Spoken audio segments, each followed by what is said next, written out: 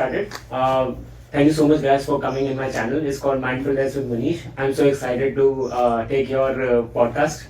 The reason why I started this podcast is to talk about different aspects of life, ranging from traveling, how you guys came to US, stress, depression, and work life, entrepreneurship, different aspects.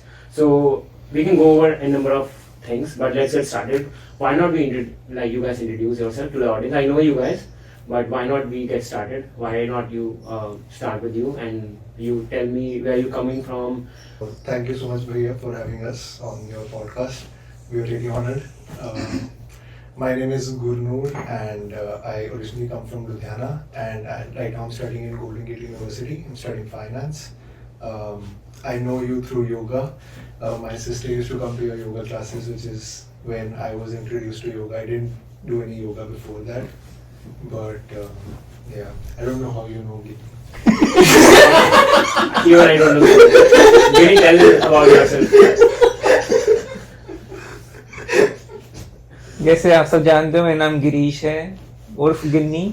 मैं आपका भाई हूँ और इस podcast में मुझे ज़बरदस्ती लाया गया आया हूँ और यहाँ पे मैंने मास्टर के लिए आया था। फिर 2 साल मास्टर के बाद IBM में जॉब लग गई और अभी तक मैं वहीं पे हूँ। So आप IBM में काम करते हो and you are still a student, right? You are looking for jobs. So let's start with the basics, right? So you guys both are from India. ठीक है, आप लोग इंडिया से हो, यहाँ पे आए हो. तो what is the lifestyle difference between India and US? और क्या difference लगता है आपको after living here for so many years? Let's start with you. Lifestyle में काफ़ी डिफरेंस है। जैसे दिल्ली में इतना कंजस्टेड है, यहाँ पे भी बे एरिया कंजस्टेड लगता है लेकिन सब रूल्स फॉलो करते हैं तो इतना दिक्कत नहीं होती। प्लस आसपास सब कुछ नेशनल पार्क्स है तो आराम से हम घूमने जा सकते हैं। दिल्ली में निकलने में ही 2-3 घंटे लग जाते हैं, ऐसा कुछ नहीं है यहाँ। तो कंजस्टेड इज वन थिंग, यहाँ पे क्राउड कम है, वहाँ पे क्राउड ज़्यादा है। ओके। और यहाँ पे लाइफस्टाइल बेटर है क्योंकि यहाँ पे पे अच्छा मिलता है तो उस हिसाब से हम अच्छा अर्न करते हैं, गाड़ी अच्छी चला सकते हैं। वो सब इंडिया में उस सब के लिए हमारी सैलरी काफ़ी हाई होनी चाहिए जो यहाँ पे इतना वो नहीं है। और डिसएडवांटेज क्या पे रहने की? एक डिसएडवांटेज है फैमिली मिस करते हैं और दूसरा कभी कभार एरिया में इतनी दिक्कत नहीं, यहाँ पे अपने इंडियंस अपनापन लगता है लेकिन अगर दूसरी स्टेट जाते हैं तो वहाँ पे थोड़ा रेसिज्म या कुछ वैसा लगता है। Gurnoor, you tell me difference between lifestyle India US. Same, okay. नहीं, but I think because मैं दिल्ली में रहा नहीं हूँ, मेरा पर्सपेक्टिव लुधियाना का है, which is a little different. Ludhiana थोड़ा और laid back है, थोड़ा और आउटिंग्स के लिए इतनी जगह नहीं होती और जैसे दिल्ली में अब क्लब्स वगैरह काफ़ी हैं, अब लुधियाना में थोड़ा बढ़ रहा है। बट तो नहीं, बट मतलब वैसे कि जैसे थोड़ा लाइफस्टाइल थोड़ा डिफरेंट रहता है तो लुधियाना में भी आई थिंक जैसे भैया ने एक पर्सपेक्टिव शेयर किया कि सैलरी रिलेटिवली कम रहती है इंडिया में। आई थिंक वो एक चीज़ है। और यहाँ एक थोड़ा ये है कि क्योंकि मेरा एक्सपीरियंस थोड़ा कम है, मैं एक साल पहले ही आया था, बट मेरा एक्सपीरियंस ये रहा है कि मुझे यहाँ पे एक चीज़ जो अच्छी लगती है वो ये है कि एक डाइवर्स क्राउड आपको मिलता है और आप काफ़ी लोगों से बात कर सकते हो। मतलब इंडिया में जिस सिटी में मैं रहा हूँ, मैंने अपनी सारी लाइफ में ही बिताई है, तो जितने लोगों से तुम बात करते हो, जितने लोगों से तुम इंटरेक्ट करते हो, उनका पर्सपेक्टिव वहीं तक रहता है। यहाँ पे थोड़ा डिफरेंट रहता है। मेरे रूममेट साउथ इंडियन रहे हैं, तेलुगु रहे हैं, मराठी रहे हैं, उनसे बात करके काफी नई नई चीजें सीखने को मिलती है, उनके कल्चर के बारे में सीखने। हाँ, एक चीज है यहाँ पे रहकर, जैसे हम पंजाब में, मैंने पंजाब में पढ़ाई करी है तो मोस्टली दिल्ली के, यूपी के पंजाबी लोग ज्यादा होते हैं। यहाँ पे पूरी दुनिया के लोग होते हैं। तो वो पर्सपेक्टिव अलग होता है यहाँ पे, एक चीज है। और आपको पूरे मोस्टली चाइना यहाँ के भी होते हैं तो पूरे वर्ल्ड का आपको पर्सपेक्टिव मिलता है। That is a plus thing. What other, so you guys were students here, तूने सैन होजे से करी है और तूने एसएफ तेरा कॉलेज है, राइट? सो और क्या डिफरेंस है कॉलेजेस में, ठीक है, जो इंडिया में नहीं है या यहाँ पे नहीं है वहाँ पे? और क्या पढ़ाई में बेसिकली स्ट्रेस के लेवल में, पढ़ाई के मामले में, क्वालिटी के मामले में, वो सब? आई थिंक क्वालिटी के मतलब मेरे को ये एक चीज़ यहाँ की जो अच्छी लगती है एजुकेशन की वो ये है कि काफ़ी प्रैक्टिकली चीज़ों को सिखाते हैं। मतलब मेरा मेरा एक्सपीरियंस ये रहा है, मेरा बैकग्राउंड कम्प्लीटली डिफरेंट है, मैं फाइनेंस से हूँ, तो आई थिंक मेरा पर्सपेक्टिव उस चीज़ में रहेगा। बट मेरे को लगता है कि जैसे इंडिया में प्रैक्टिकल नॉलेज इतनी पे फोकस नहीं करते, ज़्यादा फोकस करते हैं कि थ्योरी वाला रटवाओ। रटवाओ। तो जैसे हमारे सब्जेक्ट है financial modelling, hmm. Which is basically कि तुम कंपनी के पूरे फाइनेंशियल स्टेटमेंट्स को डिजाइन कर रहे हो कि हाँ आगे कैसा रहेगा, वैल्यूएशन कितनी रहेगी। इंडिया में हमारे को सेम सब्जेक्ट था, बट हमारे को कुछ ऐसे सिखाया नहीं गया कि एक्सेल में उसको कैसे आप डाउनलोड करोगे, क्या नहीं करोगे। उसको सिर्फ हमें थ्योरेटिकली बेसिकली सिखाया गया कि जैसे रिग्रेशन एनालिसिस अगर आप कर रहे हो तो उसका फॉर्मूले हमें सिखाए गए। लेकिन आजकल के टाइम पे आपको फॉर्मूला की जरूरत ही नहीं होती, आप सिर्फ एक क्लिक करते हो बटन और रिग्रेशन करके निकाल और देते क्या, हो। सारा एक्सेल शीट में होता है, कैलकुलेटर में होता है, कैलकुलेटर में होता है। एग्जैक्टली। तो यहाँ पे ये भी एक ये हमें जो बचपन में सिखाते थे cos theta, sin theta, tan theta, हाँ। कुछ काम नहीं आते ये। Exactly. पाइथागोरस थ्योरम, पाइथागोरस काम आता है बस पार्क में जब जा रहे होते हैं ना, ऐसे ना करके आप ऐसे चले जाते हो, इसमें काम आता है मुझे ऐसे लगता है। हम्म, तू बता क्या डिफरेंस लगता है यहाँ की पढ़ाई और इंडिया की पढ़ाई?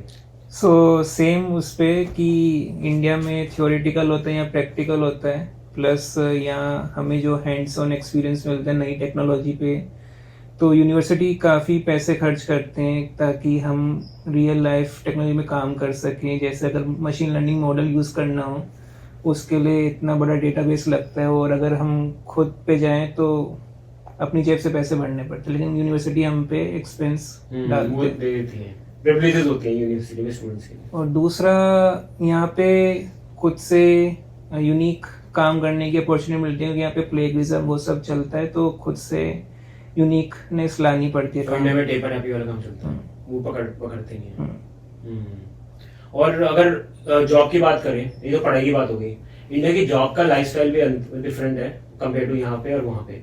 ठीक है, यहाँ पे लोग कहते हैं कि यहाँ पे जॉब्स का जो वर्क कल्चर है बेटर है कंपेयर टू इंडिया, ऐसा क्यों? और क्या लगता है इंडिया में और यहाँ पे डिफरेंस क्या है?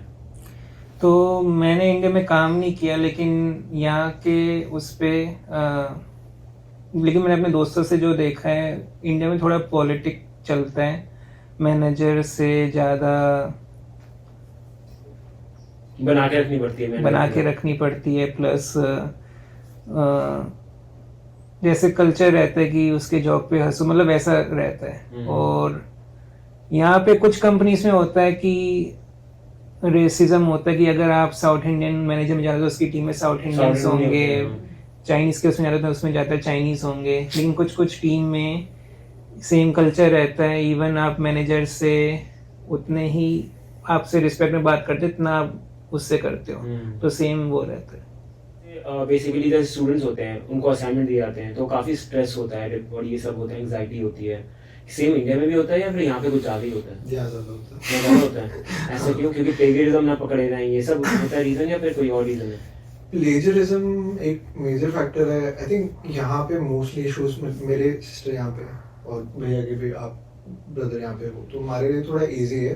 बट आई थिंक दूसरा एक रीज़न यही होता है कि आप फैमिली से थोड़ा दूर हो और आप मतलब वो एक इन्वायरमेंट नहीं है आपके पास। मतलब सिर्फ स्ट्रेस आपको काम का और पढ़ाई का नहीं होता, एक्चुअल में यहाँ इशू ये आ जाता है कि आपको काफ़ी अलग अलग फैक्टर्स होते हैं जिन चीज़ का स्ट्रेस होता है। आप नए रूममेट्स के साथ रह रहे हो, आपके नए दोस्त बने हैं, हर बंदा कहीं और से आया है, आपके पास लिमिटेड रिसोर्सेज, आपके लिमिटेड पैसे हैं, आपको उसको मैनेज करना है, कैसे करूँ क्या करूँ। आप जॉब कर रहे हो, अगर ऑन कैंपस जॉब कर रहे हो या जो भी कर रहे हो, आप उसको मैनेज कर रहे हो। हर चीज़ का एक वो मतलब एक It adds up to the anxiety. Exactly. तो वो होता है कि आप एक चीज को मैनेज, इंडिया में क्या है कि आप अपने घर मम्मी पापा हैं, सपोर्ट सिस्टम है, एग्जैक्टली वो नहीं होता यहाँ पे। या और अगर आप किसी और सिटी या स्टेट में भी गए हो तब भी आपको पता होता है कि हाँ ठीक है अपने लोग बैठे हैं, अपने लोग हैं, या अगर नहीं है तो फिर भाई एक ट्रेन पकड़ो, एक बस पकड़ो, घर जा सकते हो। यहाँ पे वो चीज़ नहीं होती। यहाँ पे जैसे मेरे लिए बहुत ईजी था, बट मैं अपने दोस्तों को देखता हूँ, बहुत मेरे को कभी कभी फील होता है कि यार मतलब इतनी चीज़ों से वो गो थ्रू करते हैं। और कई बारी कई मेरे दोस्तों ने मेरे को आके बात बोली कि हमारे लिए डिफिकल्ट होता है किसी और बंदे से बात भी करना, क्योंकि हमें ये लगता है कि यार ये बंदा हमारा फ़ायदा ना उठा ले बाद में। और इंटरनली पॉलिटिक्स चलती है, वो मतलब वो अलग लेवल पे होता है, अलग लेवल पे होता है। वो चीज़ एक जो है वो देखने को काफ़ी मिलती है। पर ये मेरे को लगता है हर बंदे के साथ नहीं होता। कई लोग अच्छे भी होते हैं, कई अब आपके ऊपर होता है, आपकी किस्मत के ऊपर होता है कि आपको अच्छे लोग मिल रहे हैं नहीं मिल रहे हैं। मेरी किस्मत काफ़ी अच्छी रही है, मेरे को काफ़ी अच्छे लोग मिले, काफ़ी अच्छे दोस्त मिले मेरे, और उन्होंने मेरे को काफ़ी सपोर्ट किया है थ्रू आउट। आई थिंक वो एक चीज़ है जो ज़्यादा सही है। व्हाट अबाउट यू, तेरे को क्या लगता है यहाँ पे compare to India anxiety stress ज़्यादा है कम है?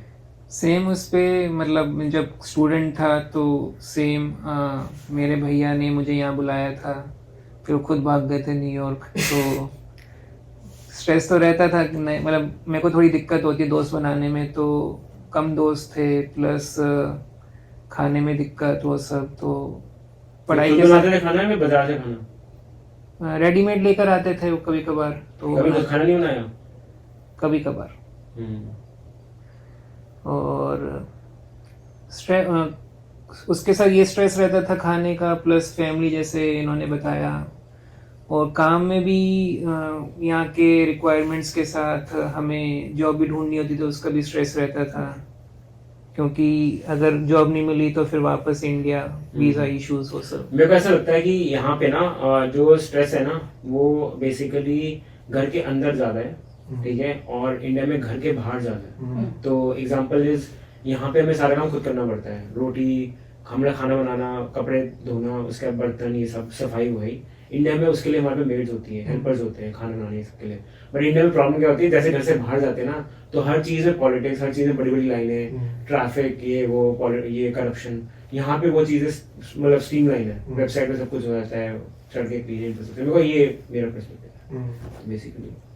और जब आप पहली बार आए थे यूएस, तो व्हाट वाज योर एक्सपीरियंस? मतलब ये सैन होजे में लैंड हुआ था, सैन फ्रांसिस्को, तू भी यहीं पे हुआ होगा, मैं न्यूयॉर्क में हुआ था। तो आई लव न्यूयॉर्क। मतलब वही होता है ना, जैसे बच्चा पैदा होता है सबसे पहले मम्मी को देखता है, ठीक है, और मम्मी से प्यार होता है। तो मैं सबसे पहले आंखें खोली थी यूएस में, न्यूयॉर्क में पैदा हुआ था, ठीक है, और मेरे को न्यूयॉर्क से प्यार हो गया। तो New York is like near and dear to my heart. तो मैं न्यूयॉर्क हमेशा जाता रहता हूँ। तो ऐसे ही तुम्हारे साथ क्या है, मतलब सैन होजे तेरा कॉलेज था, तेरा एसएफ कॉलेज है, तुम्हें अच्छा लगता है यहाँ पे? हाँ, मुझे बे एरिया ज़्यादा अच्छा लगता है बाकी यूएस स्टेट से, क्योंकि यहाँ पे अपने इंडियन ज़्यादा है तो एक अपनापन लगता है, प्लस यहाँ पे रेस्टोरेंट्स अच्छे हैं तो वो रहता है। न्यूयॉर्क भी मुझे अच्छा लगता है, लेकिन न्यूयॉर्क में सिर्फ मुझे खाना अच्छा लगता है, लेकिन वो ज़्यादा कंजेस्टेड है वो सब। गाड़ी भी नहीं चला सकते आप, सबवे यूज़ करो तो ज़्यादा सही है। और मैं यूटा रहा हूँ, यूटा मुझे बिल्कुल पसंद नहीं है। क्यों? वहाँ कुछ भी नहीं था खाने के लिए। खाना नहीं है भाई, मेन खाना ही है इसका जीवन। मैं बता रहा हूँ ना, मतलब वेज ऑप्शंस नहीं। अरे नहीं, मतलब इंडियन रेस्टोरेंट्स Limited। कम है, मतलब है लेकिन कम है। और वहाँ पे मतलब एक डोसा की जगह मेरे को, यहाँ मद्रास कैफे मेरा फेवरेट है, उससे बेटर जगह है वो डोसा की, वो बिना लहसुन प्याज के बनाते हैं उल्टा। अच्छा। प्लस वहाँ की कॉफी भी अच्छी है। हाँ, और वहाँ पे ना मतलब गिने चुने हैं, बट क्वालिटी अच्छी लगती है, बट बहुत कम ऑप्शन है। तो ये सीन है। बट यहाँ पे तो ऑप्शन ही ऑप्शन, यहाँ बहुत सारी जगह है, और रोज नई नई जगह खुलती है। तो ये सीन है यूटा का। बट यूटा मेरे पर्सपेक्टिव मेरे को सुंदर लगता है, क्योंकि यहाँ के जो माउंटेन है ना वो एक हिल है, मतलब छोटे छोटे माउंटेन है, नाम के माउंटेन है। वहाँ के माउंटेन माउंट एवरेस्ट लगते हैं, मतलब आप वॉक करो तो इतना बड़ा विशाल पहाड़ सामने। लेकिन अपने इंडिया के माउंटेन ज्यादा अच्छे हैं, क्योंकि आपके माउंटेन्स होते हैं वो ऐसा लगता है कि माउंटेन्स क्या होता है हाई लेवल पर, हाई ऑल्टीट्यूड पे, लेकिन यहाँ पे माउंटेन्स वैसे हाई ऑल्टीट्यूड पे नहीं होते, अपने इंडियंस के हाई ऑल्टीट्यूड पे होते हैं, इसलिए आप पे वहाँ पे हमेशा मौसम बढ़िया रहता है। लेकिन अगर आप हवाई के देखो वो थोड़े ज्यादा सुंदर है एज कम्पेयर टू यूटा। वो तो है, बट यूटा मानते हैं जगह सुंदर है यहाँ से, मतलब हाँ, यहाँ से रेस्टोरेंट छोड़ते हैं, लोग छोड़ते हैं। सुंदर तभी है जब विंटर्स में, समर में सुंदर नहीं है। ओके, चलो।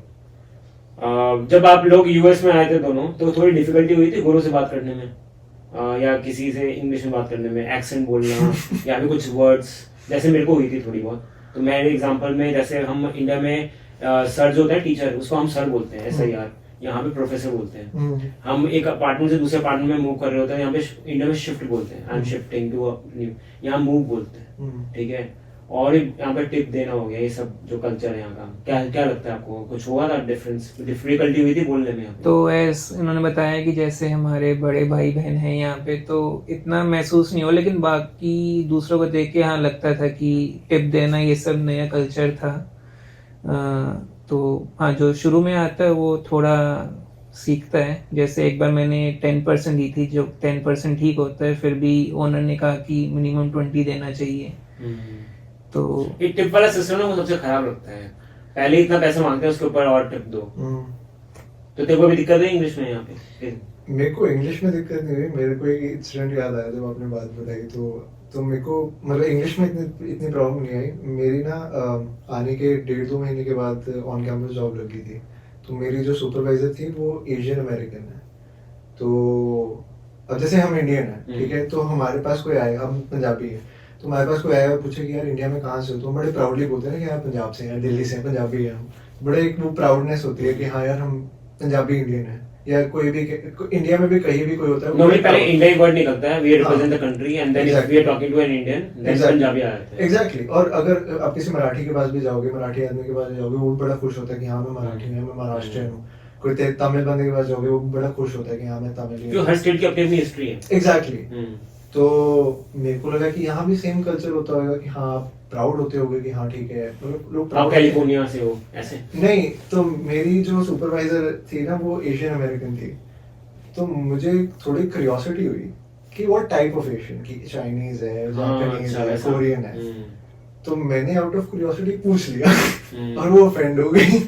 अच्छा, हाँ, ऑफेंड भी हो गई? हाँ, तो अपेरेंटली आप नहीं पूछ सकते कि आप कौन से सही क्वेश्चन पूछा, इसमें क्या है? एग्जैक्टली। मेरे को बड़ा कंफ्यूजिंग लगा। तो तूने पूछा व्हाट काइंड ऑफ एशियन? हाँ, तो मैंने ऐसे रैंडम दिया, मेरा सेकंड डे था उस टाइम पे, तो मैंने ऐसे ही पूछ लिया, मैंने कहा what kind of Asian are you. तो वो पहले तो मेरी तरफ देखा, फिर वो हंसने लग गई, फिर वो अंदर गई मेरे कॉलीग के पास, वो भी एशियन अमेरिकन थी।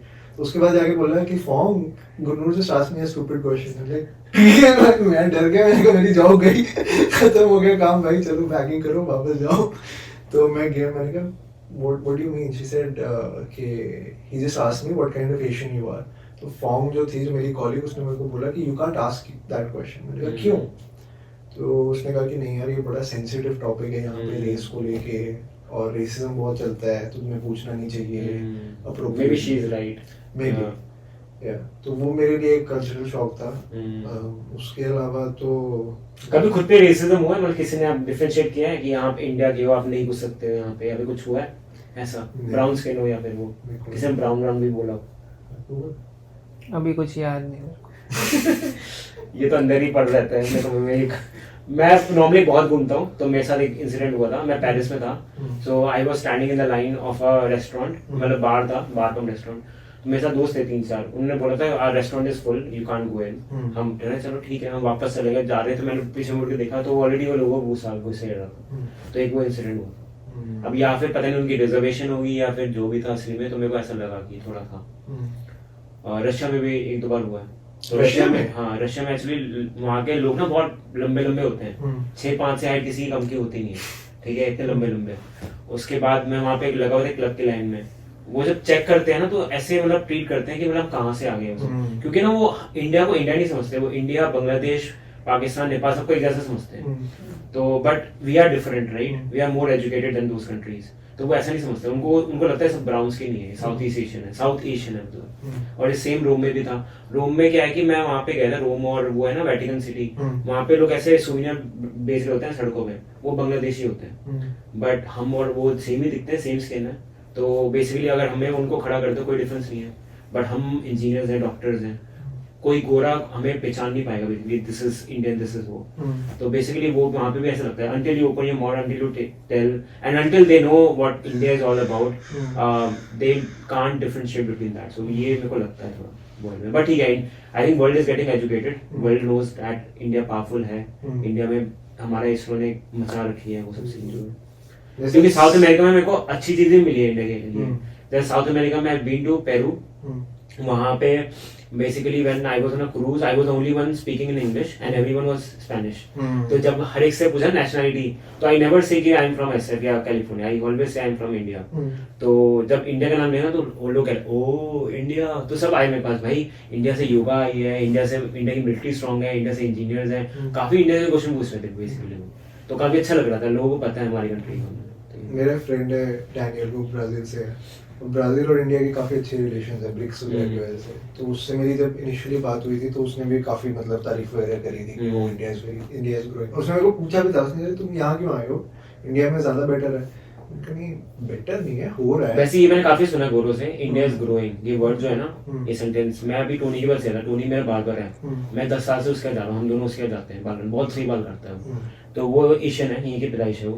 तो जब भी हम इंडिया की बात कभी भी छिड़ जाती है ना, तो हमेशा वो बोलते हैं India is growing, everyone sees that. और ये अच्छी बात है, क्योंकि दुनिया में 2-3 ही कंट्री है जो बहुत पावरफुल है। एक है यूएस है, जो पूरा बिजनेस माइंडेड है, जो मतलब ये चलाते हैं, बिजनेसमैन चलाते हैं, और एक वो कम्युनिस्ट पार्टी है जो चाइना में बैठी हुई है। ये 2 पावरफुल कंट्रीज हैं।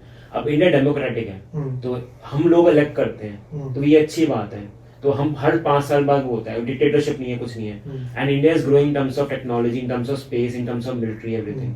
तो एक दिन पावरफुल बनेगा, but it takes time, but still मतलब आई डोंट थिंक कि इंडिया को ऐसे कोई आंख दिखा सकता है इस टाइम को ऐसे। और यहाँ पे ना थोड़ा अकेलापन भी लगता है, लोनलीनेस लगती है, ऐसे लगता है आप लोगों को। और वो भगाने के लिए क्या करते हो आप लोग? मतलब कुछ लोग बाहर चले जाते हैं, ट्रैवलिंग करते हैं, कुकिंग करते हैं, हॉबीज क्या वो करते हैं। तो यहाँ पे क्या लोग आप लोग क्या करते हो? Starting with you. जैसा कि मैंने बोला, मैं बड़ा लकी हूँ क्योंकि मेरी सिस्टर यहाँ पे है और उनके बड़े अच्छे अच्छे दोस्त आपके जैसे यहाँ पे हैं।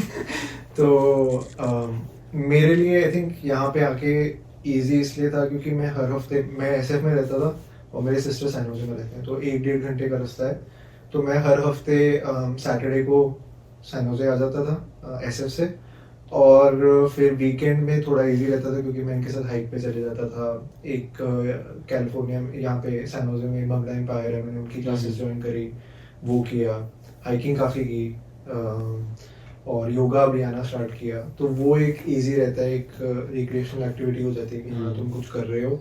और आई थिंक एक और चीज़ जो यूएस में थोड़ी बेटर है वो ये है कि हाँ घूमने के लिए बहुत है। तो मतलब इंडिया में ऐसा है कि तुम काम जा रहे हो, काम से घर आ रहे हो, ज्यादा से ज्यादा तुम क्या मूवी देखने चले जाओ। ये बात है, यहाँ पे ना फिर खर्चे भी बहुत होते हैं। खर्चे यहाँ भी- पैसे मिलते हैं तो यहाँ पे घूमने की अपॉर्चुनिटी बहुत है, एडवेंचर चीजें बहुत हैं, बिल्कुल। इसलिए लोगों के ना खर्चे बहुत होते हैं, ऐसे कुछ बचता नहीं यहाँ पे। ये कंज्यूमर बेस्ड इकोनॉमी है ना हाँ, बेसिकली यूएस। क्योंकि आप ना आधे घंटे की दूरी में आपको बीच आ जाएगा, और बीच में वो होगा, फिर जेट स्की होगा, कुछ होगा, उसमें पैसे लगेंगे।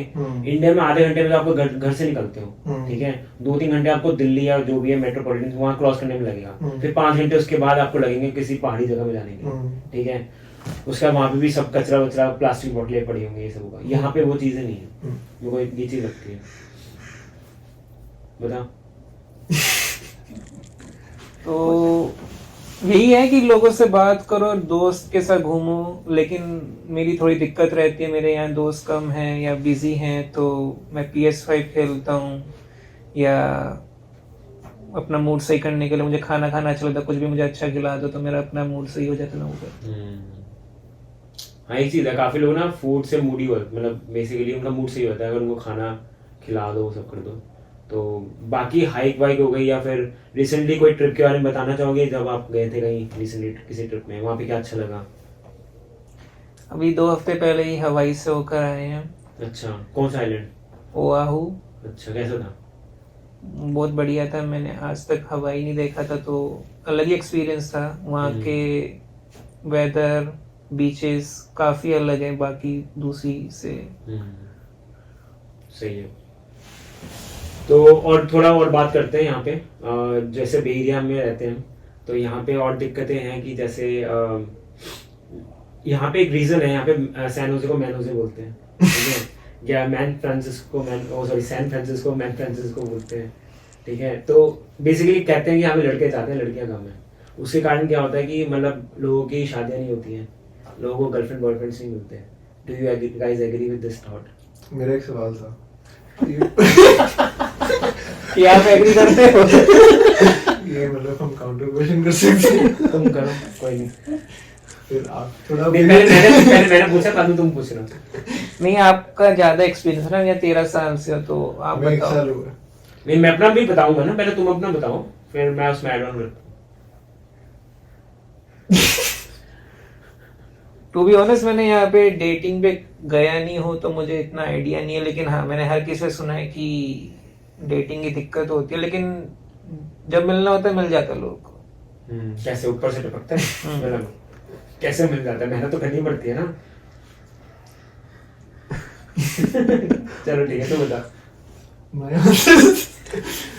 पता नहीं भाई, मैं तो डेटिंग वाले उसमें नहीं हूँ क्योंकि मेरी तो जॉब ही नहीं है, तो मैं जाऊंगा भी डेट पे तो क्या बोलूंगा कि भाई क्या करता हूँ मैं, या तो कॉलेज में कुछ हो नहीं कॉलेज में तो होती है लड़कियां, वहाँ पे कोई भी नहीं मिला मतलब उसके डेटिंग के लिए? नहीं, आपके ऊपर आते हैं। हाँ बोलो क्या क्वेश्चन?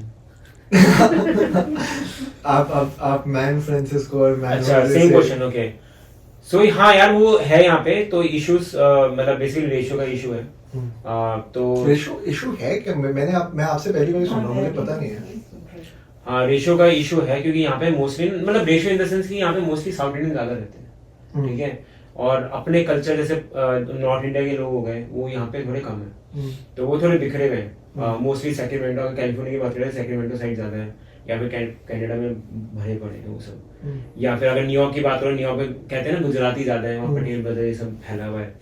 और पंजाबी लोग, दिल्ली के लोग यहाँ पे कम है। जैसे यहाँ पे दिल्ली के दिखते ही नहीं मेरे को, कहाँ पे नहीं कहाँ छुपे रहते हैं, मतलब हर जगह साउथ इंडियन दिखते हैं। हमारे योगा में ले लो, मोस्टली साउथ इंडियन मराठी आते हैं, you can tell from that perspective.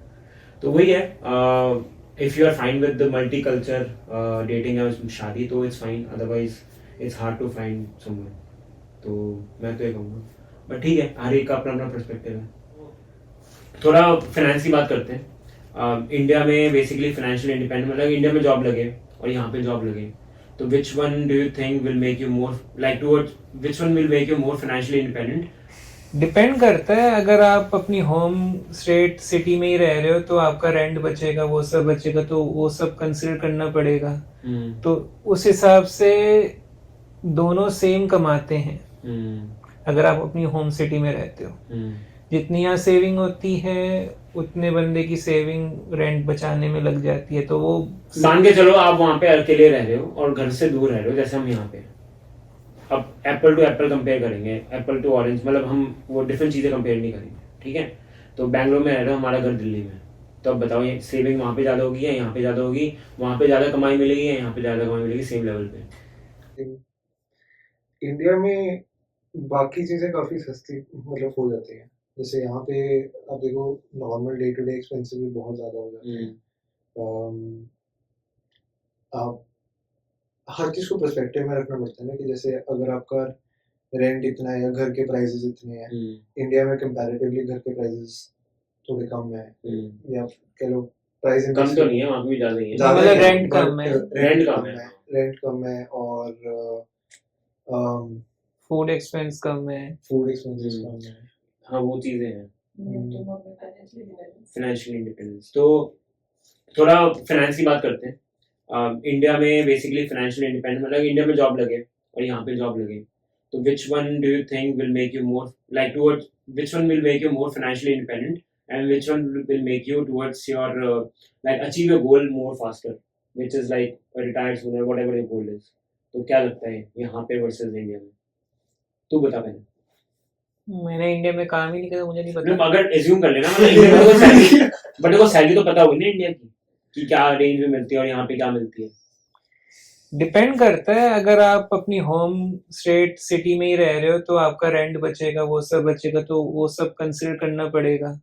तो उस हिसाब से दोनों सेम कमाते हैं अगर आप अपनी होम सिटी में रहते हो। जितनी यहाँ सेविंग होती है उतने बंदे की सेविंग रेंट बचाने में लग जाती है, तो वो मान के चलो आप वहां पे अकेले रह रहे हो और घर से दूर रह रहे हो, जैसे हम यहाँ पे। अब एप्पल टू एप्पल कंपेयर करेंगे, एप्पल टू ऑरेंज, मतलब हम वो डिफरेंट चीजें कंपेयर नहीं करेंगे, ठीक है। तो बैंगलोर में रह रहे हो, हमारा घर दिल्ली में, तो अब बताओ ये सेविंग वहां पे ज्यादा होगी या यहाँ पे ज्यादा होगी? वहां पे ज्यादा कमाई मिलेगी या यहाँ पे ज्यादा कमाई मिलेगी सेम लेवल पे? इंडिया में बाकी चीजें काफी सस्ती मतलब हो जाती हैं, जैसे यहाँ पे आप देखो normal day to day expensive भी बहुत ज्यादा हो जाते हैं।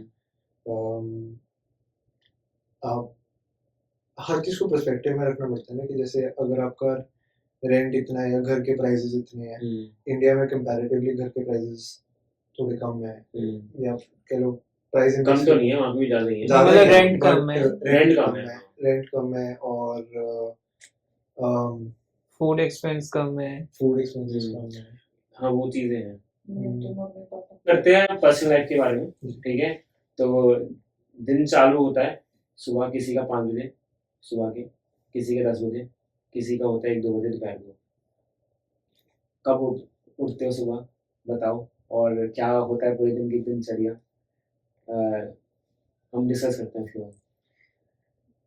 सही सही बताना है या सिर्फ सही सही बता रहे हैं। टारगेट ऑडियंस क्या है? नहीं, मसाला मत डाल, मतलब जो है वो डाल, मतलब वो बता। डिपेंड करता है कि कौन सा डे है। अगर वीकडे पे देखा जाए ऑफिस जाना होता है तो हाँ। ऑफिस के लिए स्टार्ट होता है 8 बजे, तो उस हम्म। हिसाब से अगर ऑफिस पर्सनली नहीं जाना, सिर्फ मीटिंग करनी सुबह, तो 8 बजे उठो।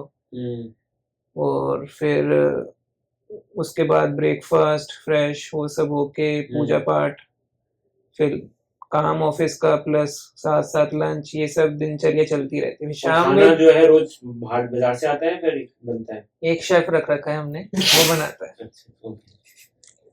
बट वो शेफ बोलते नहीं है कि भाई मेरे को मेरे से मजदूरी क्यों करवा रहे हो, और पैसे भी नहीं देते उसको? बहुत अच्छा शेफ है, प्यार करता है इसलिए नहीं बनाता। तू क्यों हंस रहा है? तू बता अपने बारे में, सुबह का उठता है? मेरा अब वो भी डिपेंड करता है, अगर काम पे जाना है नहीं जाना, तो मेरा तो यूजुअली काम काफी लेट स्टार्ट होता है, 1-1:30 बजे स्टार्ट होता है। तो 8 बजे उठता है तू? नहीं, मैं 9:30 9:30 उठ जाता हूँ। तो फिर उसके बाद अगर किसी रूममेट ने खाया, अब तो मैं वापस अपनी बहन के साथ शिफ्ट हो गया हूँ, तो अब तो वो जल्दी 9 9:30 भी और लेट हो गया उठना क्योंकि खाना बना हुआ होता है। Do you guys consider yourself as lazy? Yeah, active, We are smart people. smart, efficient mind efficient. नहीं, लेजी तो है।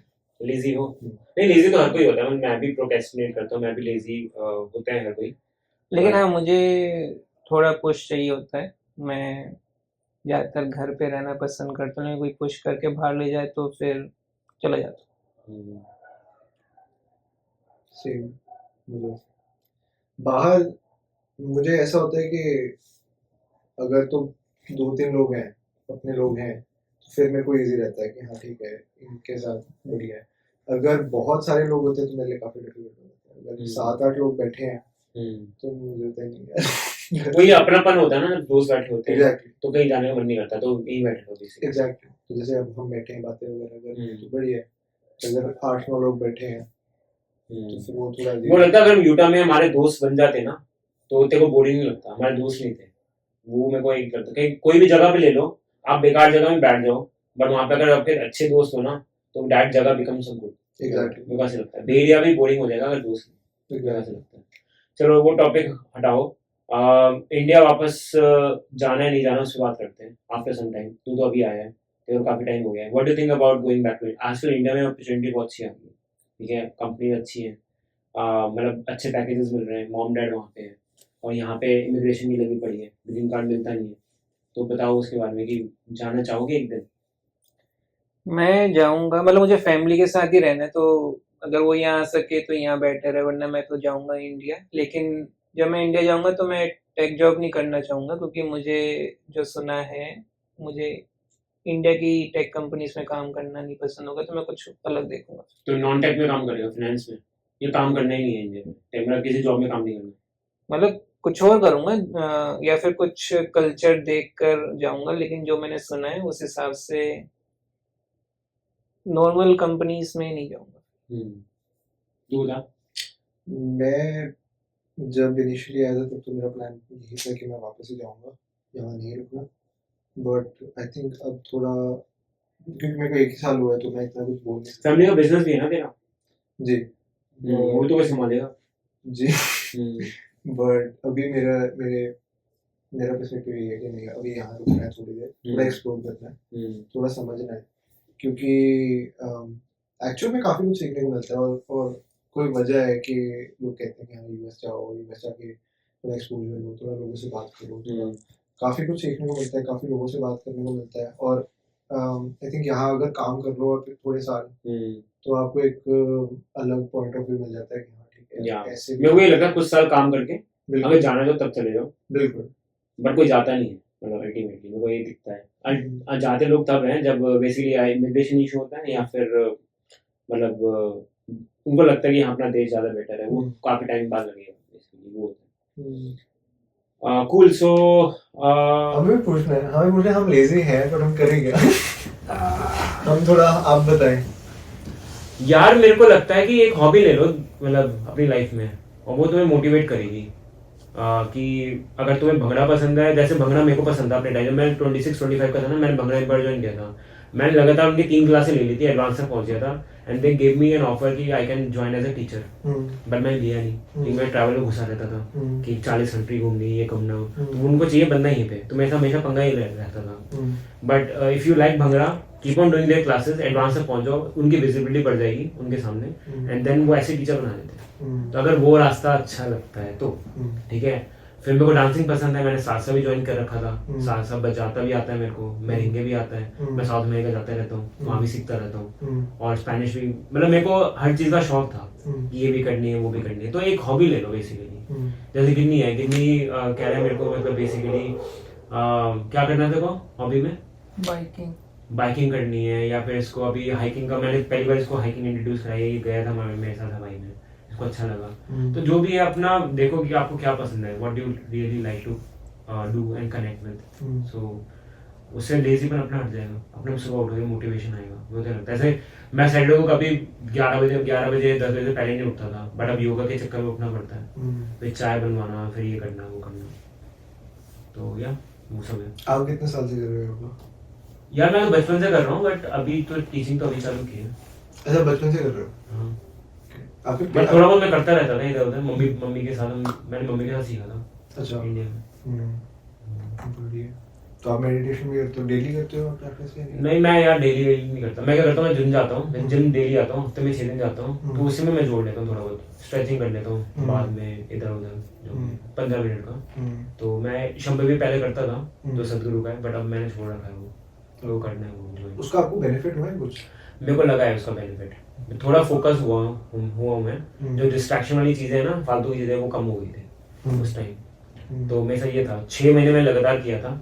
तो यार आप डेली इतना बिजी रह जाते हो ना, इतना 6 महीने लगातार आपने? हाँ, शंभवी क्योंकि यही बोलते हैं ना सदगुरु, कि जब बच्चा पैदा होता है तो उसको आप सिखाते हो ब्रश कर भाई, तो वो रोज सिखाओगे तो 6 महीने सिखाओगे तो उसको आदत पड़ जाती है। तो 6 महीने का साइकिल होता है, तो 6 महीने तक करते रहोगे तो आप करोगे उसको लाइफ टाइम, ये होता है।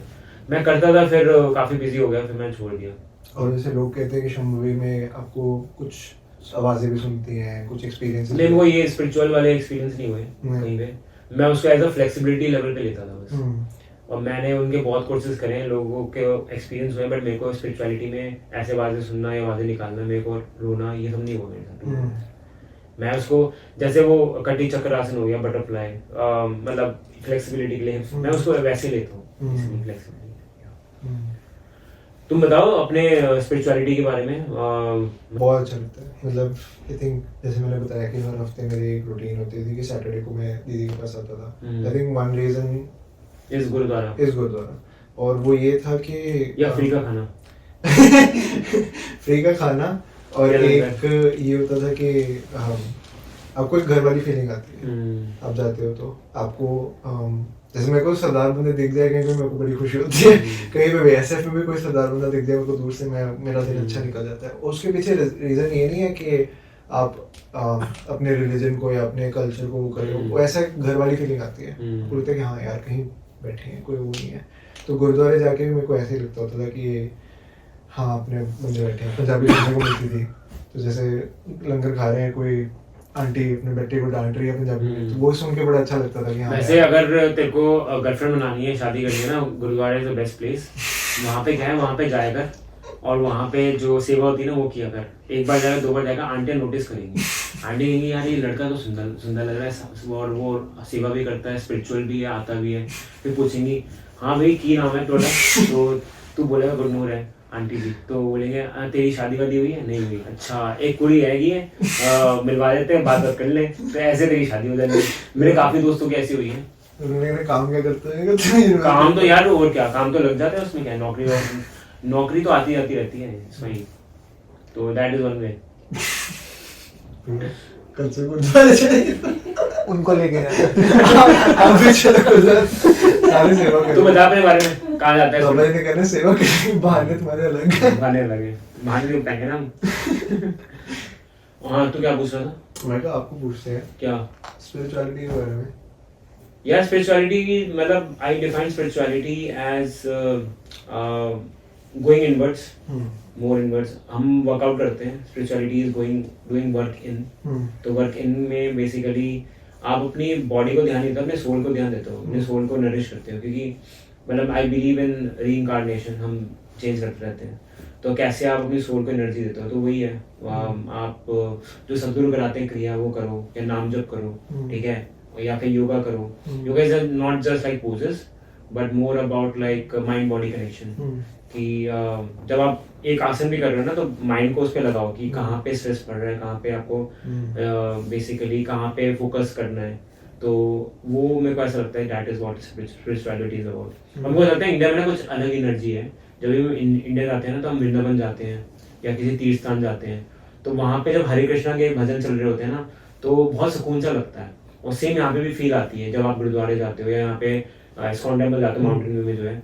हम संडे पहले जाते थे 4 बजे, बहुत सही से भजन चलते हैं, बस हरे कृष्ण के हैं। शाम को 4 बजे चालू होता है, 6-7 बजे खत्म होता है। बट वहाँ पे जाकर बैठ जाओ, वहाँ पे ना ऐसा लगता है एक अलग ही एनर्जी है। चलो वो मंदिर तो यहाँ पे भी बने हैं, पुराने मंदिर है इंडिया में, मतलब केदारनाथ, बद्रीनाथ, वहाँ पे जाके ना अलग ही एनर्जी आती है, लगता है कि वहाँ पे कुछ अलग ही वाइब है। मैं कोयम्बटूर गया था, सदगुरु का जो आश्रम है ना वहाँ पे ध्यान लिंगा है, मतलब एक बेसिकली डोम शेप स्ट्रक्चर है, उसमें एक शिव जी की वो शिवलिंग है। वहाँ बैठ के ना एक बस वहाँ पे आप आंख बंद करो तो ध्यान लग जाता है। मतलब बेसिकली वहाँ पे एक म्यूजिक भी चल रहा होता है करके, मतलब जैसे ओम वाला जो होता है ना, ओम वैसे वाला चल रहा होता है।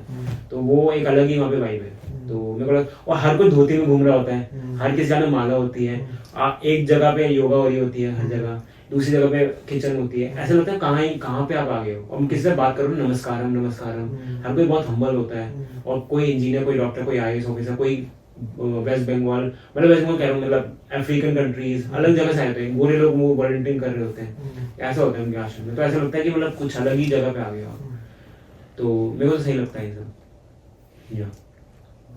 चलो ठीक है, I think we talked a lot. हमने काफी बातें करी। अगली बार हम थोड़ा टेक्नोलॉजी की बात भी कर सकते हैं, स्टॉक्स की बातें कर सकते हैं, फ्यूचर की बातें कर सकते हैं, where technology is moving. But I think आज के लिए इनफ है। तो thank you so much again for coming in my podcast, and I wish you luck and good luck in your career, in your job, in your khana and everything. Thank you.